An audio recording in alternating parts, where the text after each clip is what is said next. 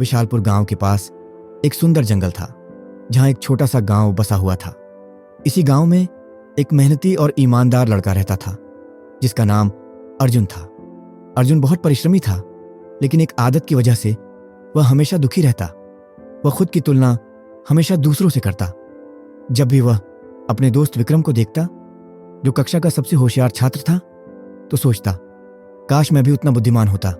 जब भी वह अपने पड़ोसी समीर को देखता, जो बहुत अमीर था, तो सोचता, काश मेरे पास भी इतना धन होता। यहां तक कि जब भी वह किसी को तेज दौड़ते हुए देखता, तो सोचता, काश मैं भी इतनी तेज दौड़ सकता। धीरे धीरे उसका मन उदास रहने लगा। न तो वह पढ़ाई में ध्यान लगा पा रहा था और न ही अपने काम में। उसे लगने लगा कि वह कभी भी दूसरों जितना सफल नहीं हो सकता। एक दिन गांव में एक प्रसिद्ध संत आए जो जीवन की सच्चाइयों का ज्ञान देते थे। अर्जुन ने सुना कि वह बहुत बुद्धिमान है, तो वह उनके पास गया और अपना मन का दुख कह सुनाया। गुरुदेव, मैं बहुत मेहनत करता हूँ, लेकिन जब भी किसी को मुझसे बेहतर देखता हूँ तो दुखी हो जाता हूँ। मुझे लगता है कि मैं कभी उनके जैसा नहीं बन पाऊंगा। कृपया मेरी मदद करें। संत मुस्कुराए और बोले, कल सुबह गांव के सबसे पुराने पेड़ के पास आओ, वहीं तुम्हारे सवाल का जवाब मिलेगा। अर्जुन को यह सुनकर अजीब लगा, लेकिन उसने सोचा कि संत ने कुछ सोचकर ही कहा होगा। अगली सुबह सूरज उगते ही अर्जुन पुराने पेड़ के पास पहुंचा। संत पहले से ही वहां मौजूद थे। उन्होंने मुस्कुराकर कहा, अर्जुन, इस जंगल को ध्यान से देखो और बताओ, तुम्हें यहाँ क्या दिखाई देता है? अर्जुन ने चारों ओर देखा और कहा, गुरुदेव, यहाँ कई तरह के पेड़ हैं। कुछ बहुत ऊंचे हैं, कुछ छोटे, कुछ में ढेर सारे फल हैं, तो कुछ में बिल्कुल नहीं।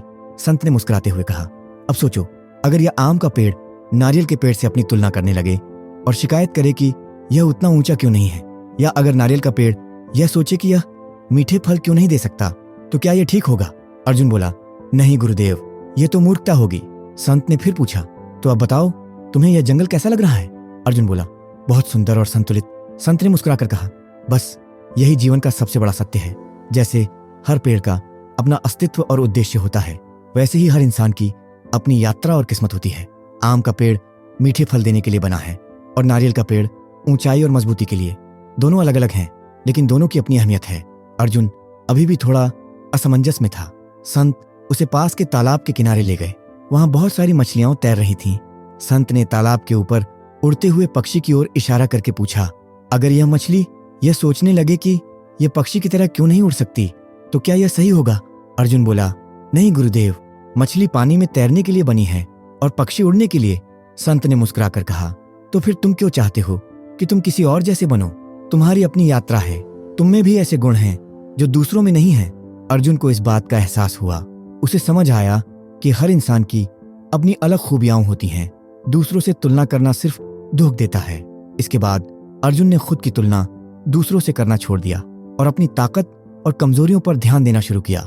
जब उसने अपनी क्षमताओं के अनुसार मेहनत करनी शुरू की, तो उसे सच्चा आनंद मिलने लगा।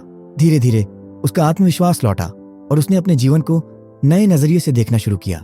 कुछ वर्षों बाद अर्जुन की मेहनत रंग लाई। उसने एक सफल व्यवसाय खड़ा किया और गांव का सबसे प्रेरणादायक व्यक्ति बन गया। जब भी कोई उससे उसकी सफलता का राज पूछता, तो वह बस मुस्कुराकर कहता, कभी भी अपनी तुलना दूसरों से मत करो।